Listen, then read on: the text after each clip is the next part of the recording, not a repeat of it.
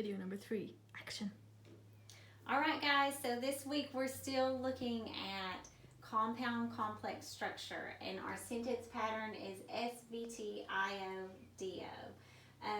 So what does this stand for? Subject, Verb transitive, indirect object, direct object. right, and you can't have an IO without a DO. right. And then what is our compound? Well, first let's go over our 4 sentence structures. We have simple, which is one independent clause and it can stand alone. What is compound? 2 independent clauses joined by a coordinating conjunction. Right. What are our coordinating conjunctions? For and, nor, but, or, yet, so. And then complex, what is that? An independent clause. Dependent clause. Right. Joined together, right? An independent clause and a dependent clause, or a who-which clause. And those have our subordinating conjunctions, which are when, while, where, as, since, if, although, whereas, unless, because, subordinating conjunctions, right? So our compound complex structure, what are those, Adeline? What is that? Compound complex is an independent and a dependent. It can have 2 or more. Right. 2 or more independent clauses and a dependent clause, right? So let's look at this sentence together. Will you read that, Adeline? Offer your friend who is laughing some cake and give her some lemonade. Okay. That's a nice friend. Yes. All right, so what is our purpose? Compound complex. Declarative. Or imperative. Imperative, right? It's giving a command. Offer your friend who is laughing some cake and give her some lemonade. So it's imperative. Our structure is... Compound complex. Yeah. Okay. Do we have any prepositional phrases? I don't think so. So what's our first independent clause? Offer your friend some cake. Okay. It's our first independent clause. Okay. What's our second independent clause? Give her some lemonade. Okay. And what's our dependent clause? Who is laughing? Okay. Very good. All right, so let's look here at our first independent clause. Offer your friend some cake. Who or what are we talking about? Friend. This is imperative. So what do we always have with imperative implied purpose? you. The implied you. So, you, right? So that's our subject pronoun. What are we saying about you? Offer. Offer. So offer is our verb. Offer what? Cake. Cake. Very good. So cake. Can cake rename or describe you? No. No. So cake is our direct object. Direct object. I hope it can. So cake, who or whom are we offering our cake to? Friend. Friend. So friend is our indirect object, right? And then we have, so that makes our verb transitive. Very good. Your is an adjective. And then some is also an adjective, right? Okay, what about our second independent clause? You. Okay. You, our implied you, right? Because our purpose is imperative. So that's our subject pronoun. What are we saying about you? Give. Give. So give is our verb. Give what? Lemonade. Lemonade. So lemonade is our direct object. Direct object. So to who or whom do you give the lemonade to? Her. Her. So her is our IO. So that makes our verb transitive.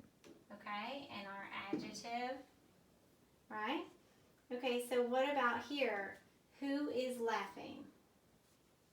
So who or what are we talking about? Who. Who. Subject pronoun. What are we saying about who? Is. Is. Laughing. So can laughing rename or describe who?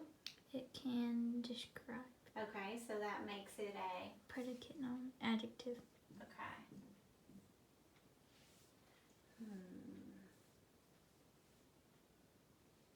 Okay. Okay. Present. So this is a present participle verb. Okay. All right, so let's try to diagram this. All right? Okay, so first we have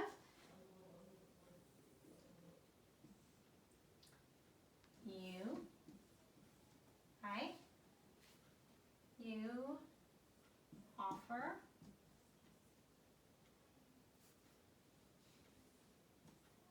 friend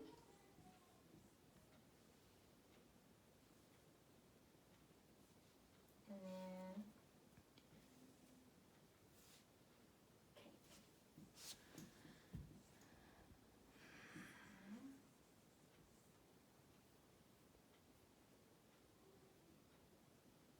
your friend, right? That's a possessive adjective, right? And then some cake, that's limiting. Okay, let's do our second independent clause here. I'm running out of room.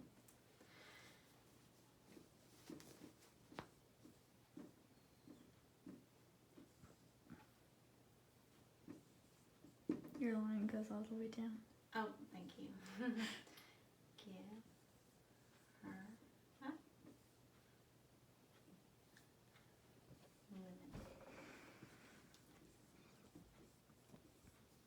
Okay, and so, and our coordinating conjunction is going to go from verb to the verb. Sorry, I'm running out of room here. So this is giving more information about friend, right? Offer your friend who is laughing some cake. So, sorry, this is kind of sloppy. Who is laughing?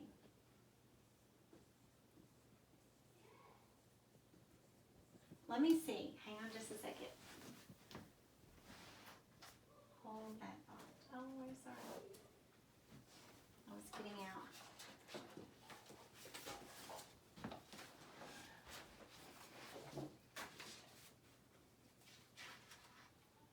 This is intermission. Yes, sorry. I was looking. Who is laughing? Present participle. Present participle is. So I was trying to remember when we go. Here we go.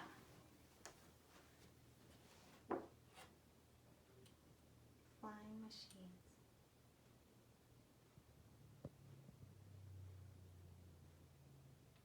Okay. I'm going to look at this and come back. Okay. So here is our compound complex sentence structure for our subject, verb transitive, indirect object, direct object. And Adlin actually asked a question this week, and I thought I would go over with you guys because maybe you guys are wondering this too. So she said, what is the difference between an SVT IODO, which is what we're doing here, and the SVT DOOCN, right? That gets tricky. So it's those questions we have to remember, right? So when there's an indirect object, is there a noun or a pronoun between the verb and the direct object, right?